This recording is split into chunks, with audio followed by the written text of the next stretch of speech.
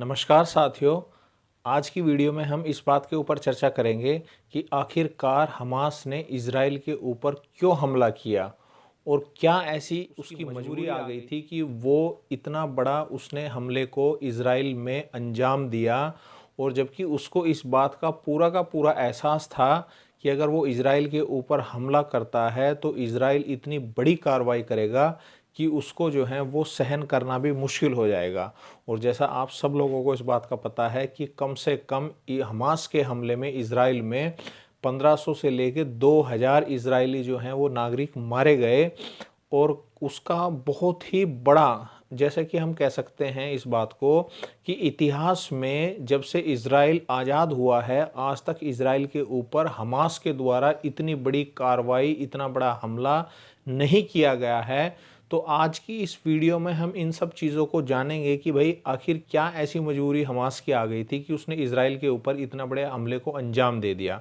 तो इसके पीछे जो सबसे बड़ी वजह थी वो ये वजह थी कि ये इज़राइल और जो फ़िलिस्तीन का ये विवाद चल रहा है, इसको लगभग 70 साल हो गए हैं। 1948 में इज़राइल की आज़ादी हो गई थी, उसके बाद से लगातार ये विवाद चल रहा है। तो अब हमास यानी कि जो फ़लस्तीन है, वो फ़लस्तीन इस बात का उसको एहसास होने लगा था कि ये जो इज़राइल और फ़लस्तीन का जो विवाद है, यानी कि जिस जिस जगह पर फ़लस्तीन की इज़राइल ने कब्जा कर रखा है, तो वो अब वो उनका जो पूरी की पूरी जो मतलब एक लड़ाई थी फ़लस्तीन की उस अपनी ज़मीन को इज़राइल से आज़ाद कराने के लिए, वो लड़ाई अब उनकी कम होती जा रही थी। और दुनिया की नज़रों में जो है वो फ़लस्तीन इस बात को सोच के बैठ गया था कि भाई अब उनकी लड़ाई जो है वो पूरी दुनिया में उसका कोई जिक्र नहीं हो रहा है। और जैसे कि आप सब लोग इस बात को जानते भी हैं कि भाई कुछ ऐसे गल्फ़ के ये मुस्लिम देश जो हैं वो इज़राइल के करीब आने शुरू हो गए थे, जैसा कि संयुक्त अरब अमीरात। संयुक्त अरब अमीरात ने तो जो है इज़राइल के साथ जो है अपने राजनयिक संबंध भी बना लिए थे। तो और धीरे धीरे बहुत ऐसे अरब देश हैं, मुस्लिम देश हैं जो इज़राइल के करीब आते जा रहे थे। उसमें से एक ये क्या नाम आपका लेबनान भी है। उसमें से जो है एक बहरीन भी है। बहरीन भी जो है वो इज़राइल के साथ अपने राजनयिक संबंध बनाने की पूरी कोशिश कर रहा था, क्योंकि अब ये जो मुस्लिम देश हैं जो विकसित हो चुके हैं, इनको इस बात का पता था कि भाई इज़राइल के साथ जो है अब लड़के कोई फ़ायदा नहीं है। तो इसलिए इज़राइल के साथ जो है अपने संबंधों को बना लेना चाहिए। उनकी ये आप मजबूरी भी कह सकते हैं या उनकी एक ज़रूरत भी कह सकते हैं। तो इस बात से जो हैं, जो इज़राइल के धुर विरोधी देश हैं, जैसे कि ईरान हुआ, जैसे कि लेबनान हुआ, जैसे कि ये जॉर्डन हुए, ये सारे देश, इन देशों को और ख़ास तौर से तुर्की, पाकिस्तान, इन सब देशों को जो है इस बात का एहसास हो गया था कि अगर जो विकसित मुस्लिम देश हैं, अगर वो इज़राइल के साथ उनके संबंध बन गए तो ये इज़राइल और फ़लस्तीन की जो लड़ाई है वो पूरी तरीके से कमज़ोर हो जाएगी, वो पूरी तरीके से ख़त्म हो जाएगी। तो अब फ़लस्तीनियों के पास, यानी कि जो फ़लस्तीन के चरमपंथी संगठन हमास जो आतंकवादी ग्रुप है, अब उसके पास कोई ऐसा ऑप्शन रहा ही नहीं था कि भाई वो इस लड़ाई को जो है पूरी दुनिया के सामने किस तरीके से लेके आए कि भाई दुनिया का जो ध्यान है वो इसके ऊपर आ जाए।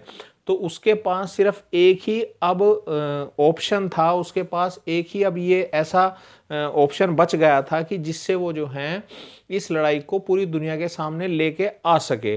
तो यही एक ऐसी वजह थी कि जिससे जो है वो हमास मजबूर हो गया था, अगर वो इज़राइल के ऊपर ना हमला करता इतना बड़ा, तो ये जो लड़ाई है ये पूरी तरीके से उन लोगों को अब एहसास हो गया था कि भाई ये तुम्हारी लड़ाई अब जो है तुम तक ही सीमित रह गई है। अब इसमें दूसरे कोई जो मुस्लिम देश अपने आप को कहते हैं वो इसमें शामिल नहीं होंगे। तो इसीलिए जो है उनको अब इस बात का उनको एहसास होने के बाद उनको जो सपोर्ट की गई हमास वालों को, वो ईरान ने की, उनको पीछे से तुर्की ने सपोर्ट की।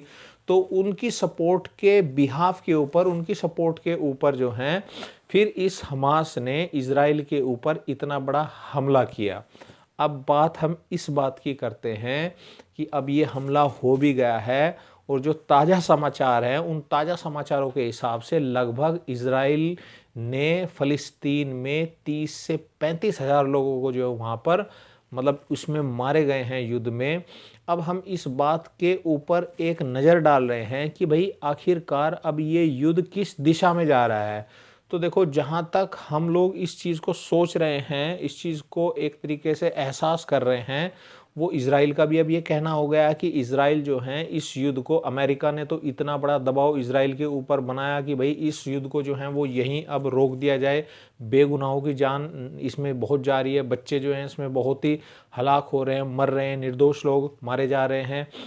और अमेरिका के कहने के, अमेरिका के इतना दबाव डालने के बावजूद भी इज़राइल अब इस युद्ध से पीछे हटने वाला नहीं है।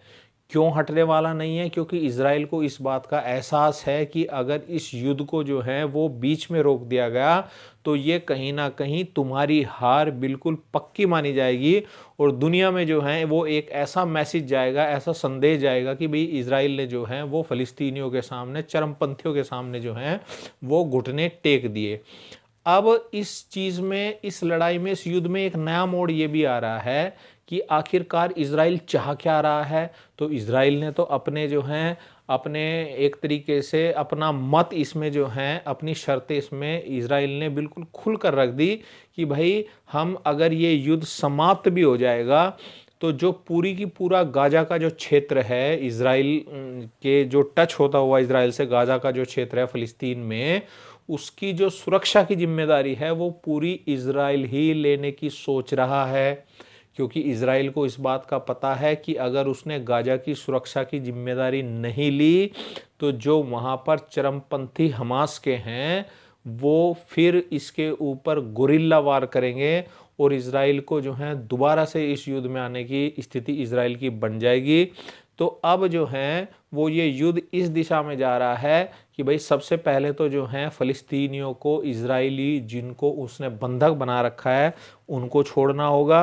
और उसके बाद सिर्फ पूरी दुनिया में अमेरिका और इंडिया एक ऐसा देश है जो इस युद्ध को रोक सकता है। प्रधानमंत्री मोदी भी इस युद्ध में बहुत बड़ी भूमिका निभा सकते हैं।